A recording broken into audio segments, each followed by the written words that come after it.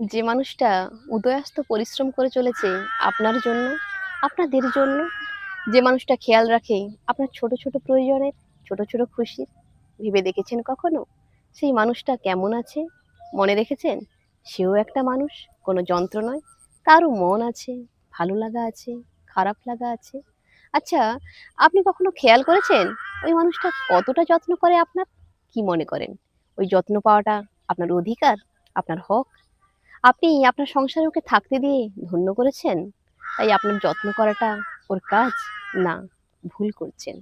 উনি আপনার যত্ন করেন আপনাকে ভালোবেসে। উনি না চাইলে আপনার এতটা খেয়াল নাই রাখতে পারেন, কিন্তু উনি সেটা করেন না। কারণ ওই যে আপনাকে যে ভালোবাসে, সারাদিন বুক ফুলিয়ে যার পরিষেবা নেন, তার সামান্য কিছু প্রয়োজনে যদি আপনি নাক সিটকে চারটে কথা শুনিয়ে দেন, তাহলে বিশ্বাস করুন মানুষটা ভেতরে ভেতরে দুমড়ে মুচড়ে শেষ হয়ে যায়। আপনি যে এত সহজে সবকিছু করতে পারছেন, আপনি যদি একটুও ভালো থাকেন, তাহলে তার পেছনে কিন্তু আপনার স্ত্রীর পরিশ্রম।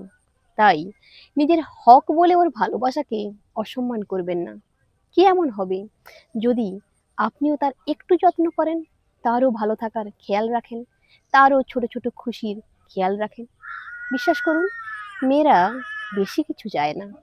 সারাদিন অক্লান্ত পরিশ্রমে ওদের কোনো কষ্ট নেই।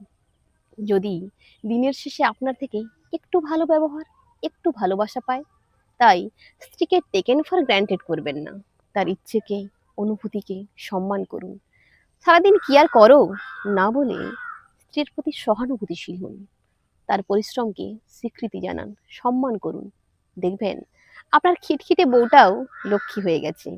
আপনার ভালোবাসার জাদু বলে অশান্তি কোথায় উধায় হয়ে গেছে।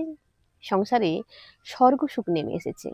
আসলে সংসার শুধু রমণীর গুণে সুখী হয় না, তার সাথে গুণবান পুরুষও থাকতে হয়। তবেই সংসারে স্বর্গ সুখ নেমে আসে।